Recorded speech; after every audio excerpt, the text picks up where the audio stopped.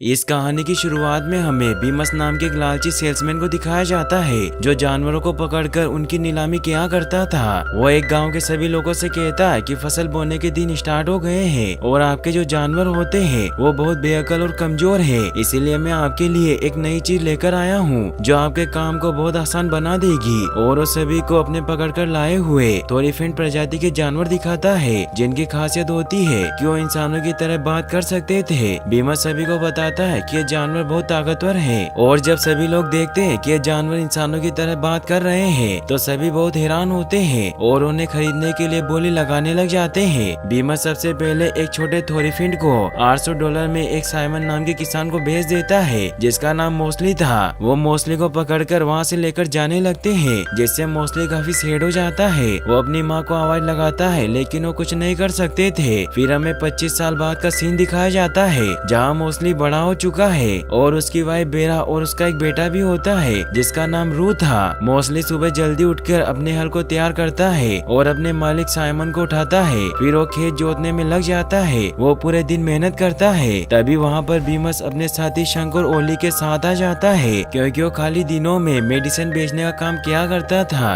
उसके पास टर्पिन नाम का एक बड़ा थोरीफिंड भी होता है जो उसके लिए बोझ ढोने का काम करता है। मोस्टली और रू उनसे मिलकर खुश होते हैं क्योंकि बचपन से मोस्टली टर्पिन को जानता था। बीमस साइमन को अपनी दवाइयाँ बेचने की कोशिश करता है लेकिन साइमन को उस पर शक हो जाता है, इसीलिए वो बीमस से पूछता है कि तुम सच सच बताओ कि तुम यहाँ क्या लेने आए हो। तो बीमस उसे बताता है कि रू काफी बड़ा हो गया है इसीलिए वो नीलामी के लिए तैयार है, लेकिन साइमन मना कर देता है। तो बीमस उसे कहता है कि तुम्हें एक बिजनेसमैन की तरह सोचना चाहिए क्योंकि मैं तुम्हें रू के बदले तुम्हारे खेत के पास की जमीन दे सकता हूँ। ये सुनकर मोस्टली साइमन के पास जाकर उसे समझाने की कोशिश करता है कि पास की जमीन में पत्थर और जड़े हैं इसलिए वो जमीन बेकार है, लेकिन बीमस और उसके साथी साइमन का मजाक उड़ाते हैं कि क्या तुम अपने जानवर की बातें सुनते हो। तो साइमन मोस्टली पर गुस्सा होता उसे पत्थर से हिट करता है जिससे मोस्टली अंदर चला जाता है। रात को बेली मोस्टली को बताती है कि मैं प्रेग्नेंट हूँ, इससे वो बहुत खुश होता है और वो अपने बेड पर जाकर सो जाता है क्योंकि वो पूरे दिन काम करके बहुत थक गया था। रो मोस्टली के पास आता है और उसे कहता है कि मैंने मेरे छिपने के लिए एक गुफा ढूंढी है इसीलिए आपको वहाँ चलकर उसे देखना चाहिए। तो मोस्टली मना करता उसे कहता है कि मैं काफी थक चुका हूँ इसीलिए हम किसी और दिन चलेंगे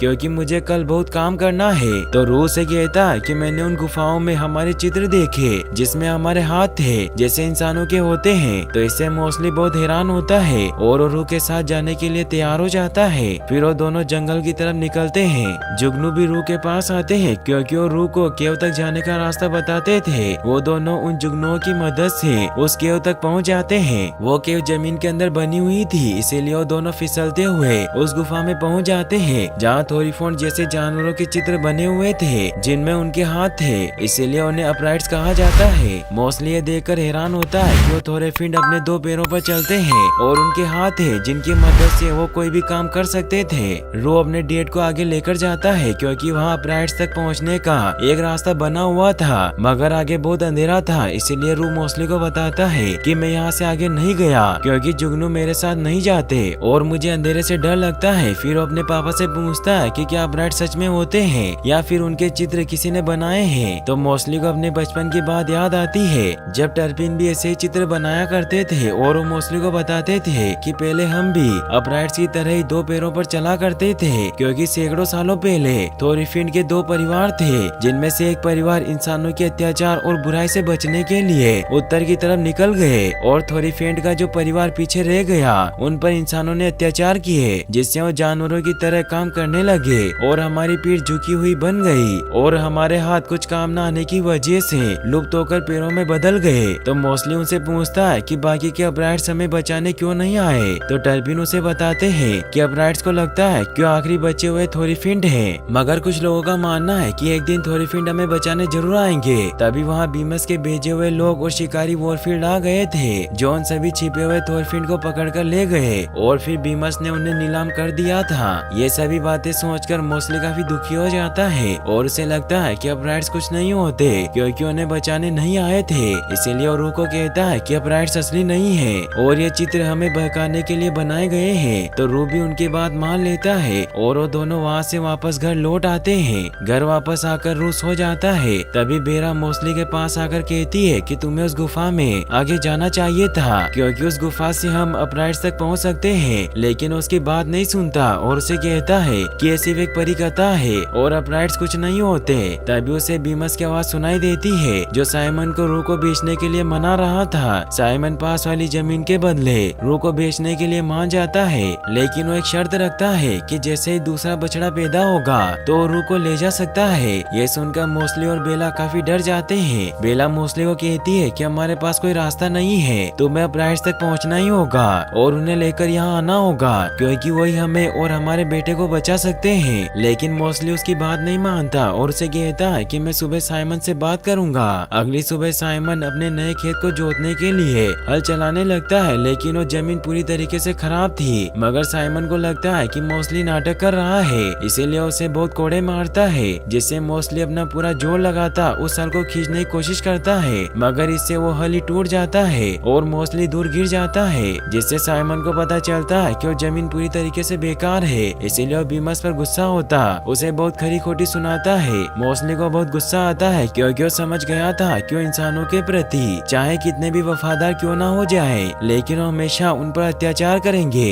इसीलिए वो डिसाइड करता है कि वो अपराइट्स को ढूंढ लेगा और अपने परिवार को इंसानों से आजाद करवाएगा। रो अपने डेड के पास जाता है तो मोस्टली उसे कहता है कि मैं अपराइट्स को ढूंढने जा रहा हूँ और जब तक मैं वापस ना लौटूं तब तक तुम एक पापा की तरह अपनी माँ का ख्याल रखना और उनके सारे काम करना। तो रू भी उनकी बात मान लेता है और मोस्टली फुल स्पीड में गुफा की तरफ रन करने लग जाता है। साइमन और बीमस उसका पीछा करते हैं, लेकिन उसे पकड़ नहीं पाते और मोस्टली एक चट्टान के नीचे छिप जाता है। साइमन इससे बहुत गुस्सा हो जाता है और वो बेला के पास जाकर उसे पूछता है कि वो कहाँ गया है, लेकिन बेला उसे कुछ नहीं बताती। तो साइमन गुस्से में उस घर के गेट पर ताला लगा देता है ताकि वो यहाँ से बाहर न जा सके। बीमस साइमन को कहता है कि मैं मोस्टली को वापस ला सकता हूँ, लेकिन तुम्हें इसके लिए कुछ कीमत चुकानी होगी। लेकिन वो बीमस की बातों पर ध्यान नहीं देता और उस पर गुस्सा होकर वहाँ से चला जाता है। शंख बीमस को कहता है कि अब हमें यहाँ से चलना चाहिए। तो बीमस उसे कहता है कि अभी तो हम यहाँ से जा रहे हैं, लेकिन हम कल वापस आएंगे,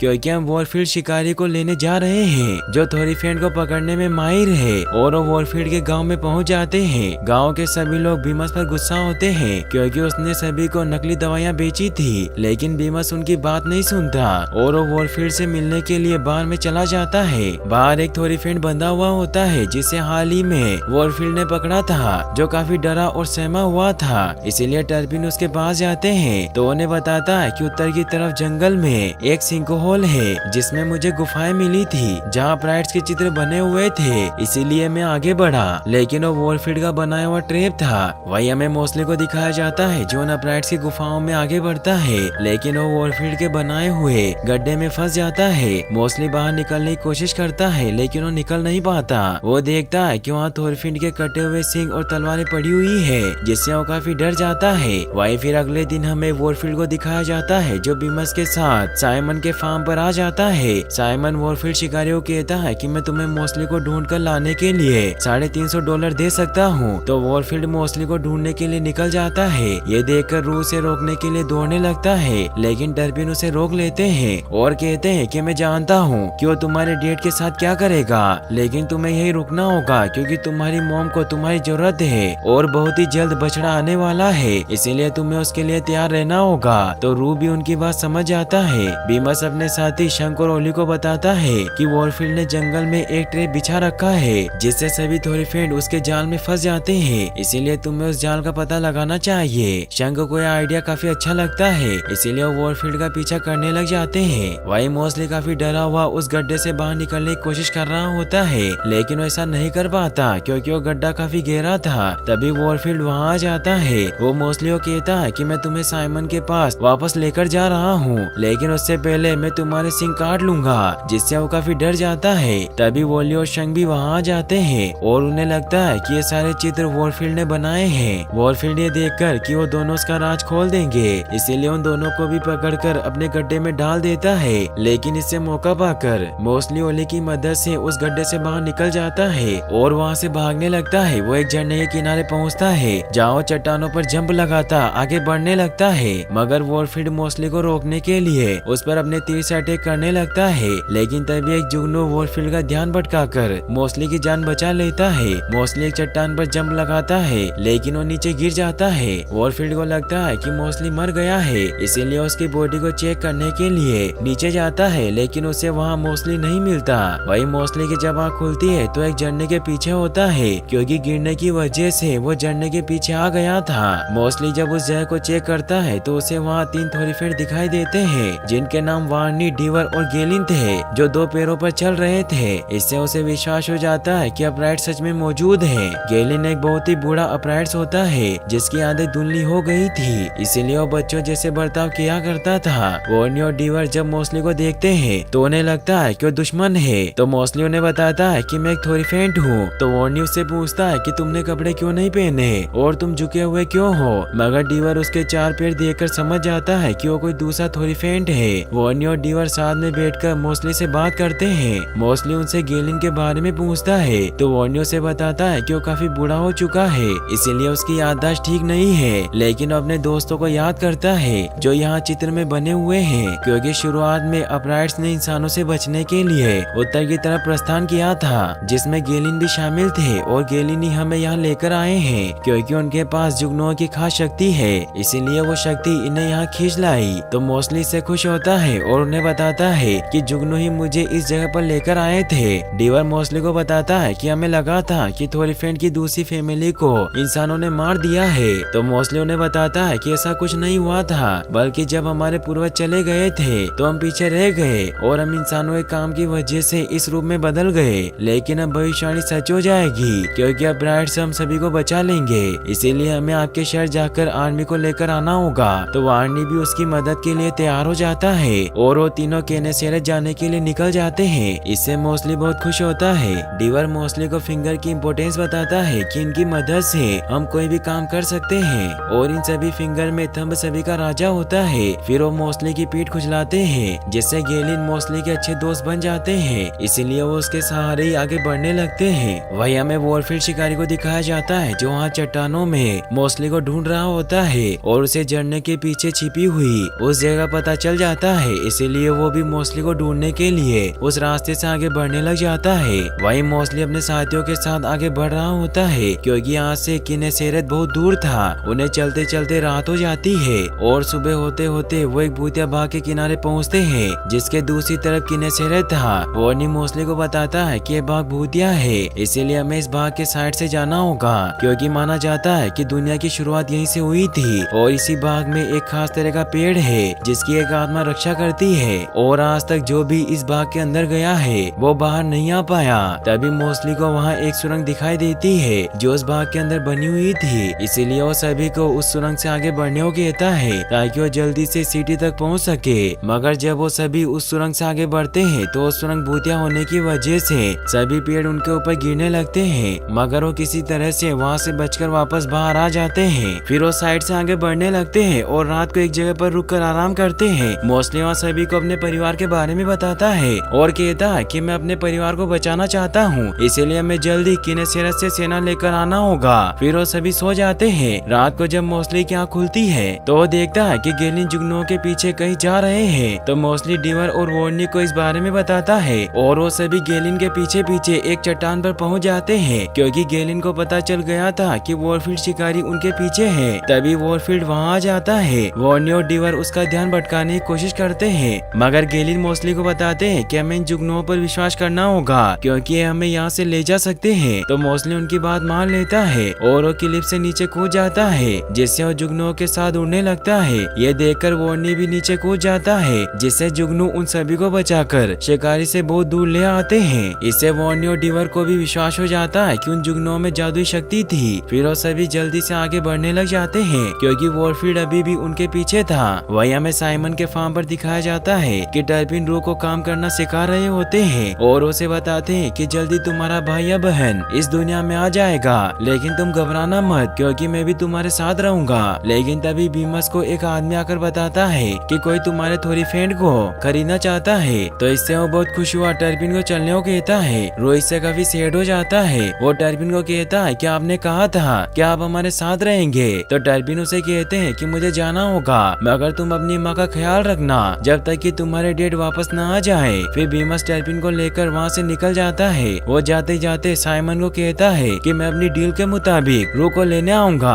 वही हमें मोस्टली और उसके साथियों को दिखाया जाता है जो किनेसेरेत के काफी करीब पहुंच जाते हैं। मोस्टली किनेसेरेत शहर को देखकर बहुत खुश होता है क्योंकि वो बहुत खूबसूरत था। वार्नी मोस्टली को सच बताने लगता है लेकिन मोस्टली उसकी बात नहीं सुनता और वो खुशी से सिटी अंदर चला जाता है जहाँ के सभी थोरीफेंट को देखकर वो बहुत खुश होता है क्योंकि वो घरों में रह रहे थे। तभी वो देखता है कि वहाँ कोई आर्मी नहीं है और वहाँ के सारे थोरीफेंट काफी बूढ़े हो चुके हैं। वार्नी मोस्टली से माफी मांगता है कि हमने तुमसे झूठ बोला कि किनेसेरेत में आर्मी है और मैं तुम्हें सब कुछ बताने वाला था। तो मोस्टली उसे कहता है कि तुमने मुझसे झूठ क्यों बोला। तो वार्नी उसे बताता है कि हम सभी मर रहे हैं क्योंकि हमारे यहाँ 100 सालों से कोई भी बच्चा पैदा नहीं हुआ, इसीलिए जल्दी हम सब में से कोई भी जिंदा नहीं बचेगा। लेकिन हमें इस बात का कोई दुख नहीं है बल्कि दुख इस बात का है कि इंसान हमें कम समझते हैं और तुम भी खुद को कम आंकते हो, इसीलिए तुम खुद इंसानों का सामना नहीं कर पाए और इंसानों ने तुम्हें अपना पालतू जानवर बना लिया। मगर अब ऐसा नहीं होगा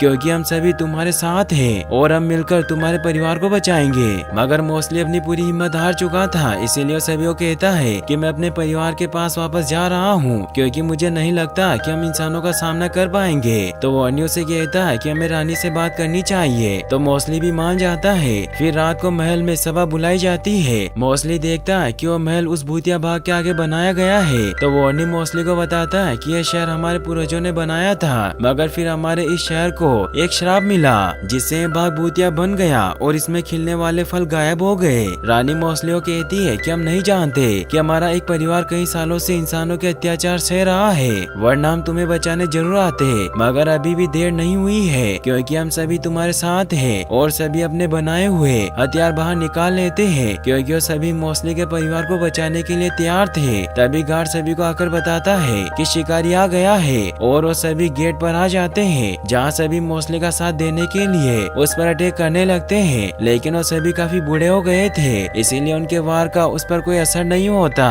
और वो अपने तीर से गेलिन को इंजर्ड कर देता है। ये देखकर वो सभी काफी डर जाते हैं। मोस्टली गेलिन को लेकर महल में आ जाता है मगर गेलिन अपना दम तोड़ देते हैं। मोस्टली इससे काफी सैड हो जाता है क्योंकि गेलिन उसके काफी अच्छे दोस्त थे, इसीलिए वो गुस्से में उस शिकारी पर अटैक करने जाने लगता है। तो डीवर उसे कहता है कि तुम्हें वहाँ जाने की कोई जरूरत नहीं है, हम उसे रोक लेंगे। तो मोस्टली सभी को कहता है कि तुम सभी काफी बूढ़े हो चुके हो, इसीलिए वो तुम सभी को मार देगा और तुम सभी भी मेरा परिवार हो, इसीलिए मैं तुम सभी को मरने नहीं दे सकता। तभी उसे जुगनू दिखाई देते हैं जिससे उसे आइडिया आता है कि उसे शिकारी को लेकर भूतिया बाग में लेकर जाना चाहिए ताकि वो उसे उस बाग में फंसा सके। तो डीवर मोस्टली को कहता है कि तुम ऐसा नहीं कर सकते क्योंकि इससे तुम खुद भी उस बाग में फंस जाओगे या फिर मर जाओगे। तो मोस्टली उसे कहता है कि मुझे करना ही होगा। तो रानी उसे कहती है कि जब तुम बाग में जाओगे तो तुम्हें वहाँ एक जीवित वृक्ष दिखाई देगा और अगर तुम्हें वो पेड़ मिल जाए तो तुम उसका फल खा लेना जिससे तुम भी अपराइट्स बन जाओगे। वही हमें बेरा को दिखाया जाता है जिसकी प्रसव पीड़ा स्टार्ट हो जाती है। तो रू को साइमन को बुलाकर लाने को कहती है क्योंकि उसे बहुत दर्द हो रहा था। तो रू साइमन के पास जाता है और वो हिम्मत करके साइमन को जगह देता है और उसे कहता है कि मेरी माँ को तुम्हारी जरूरत है। तो साइमन भी बेरा की मदद करता है। वही हमें किनेसेरेत में दिखाया जाता है कि वॉरफील्ड शिकारी गेट को तोड़कर अंदर आ गया था। मोस्टली उसे अपने पीछे आने के लिए भड़काने लगता है जिससे वॉरफील्ड भी उसके पीछे पीछे बाग में चला जाता है जहाँ चारों तरफ काफी बड़े बड़े पेड़ थे। मोस्टली को जुगनू दिखाई देते हैं इसीलिए उनके पीछे जाता है तो उसे जादुई पेड़ दिखाई देता है। यह देखकर वॉरफील्ड उसे रोकने की कोशिश करता, मोस्टली को तीर से इंजर्ड कर देता है मगर फिर भी मोस्टली हार नहीं मानता और वो वॉरफील्ड का सामना करने लगता है क्योंकि वो समझ गया था कि वो शिकारी का सामना कर सकता है। मोस्टली और वॉरफील्ड में लड़ाई होती है और वॉरफील्ड मोस्टली को पकड़ने की कोशिश करता है मगर मोस्टली उसे जोर से हिट करता जादुई पेड़ की तरफ बढ़ने लगता है ताकि उसका फल खा सके मगर वॉरफील्ड उसे रोकने के लिए दोबारा तीर से हिट कर देता है जिससे मोस्टली काफी घायल हो जाता है मगर फिर भी वो आगे बढ़ने लगता है लेकिन वो जादुई पेड़ वहाँ से गायब हो जाता है। मोस्टली काफी इंजर्ड हो चुका था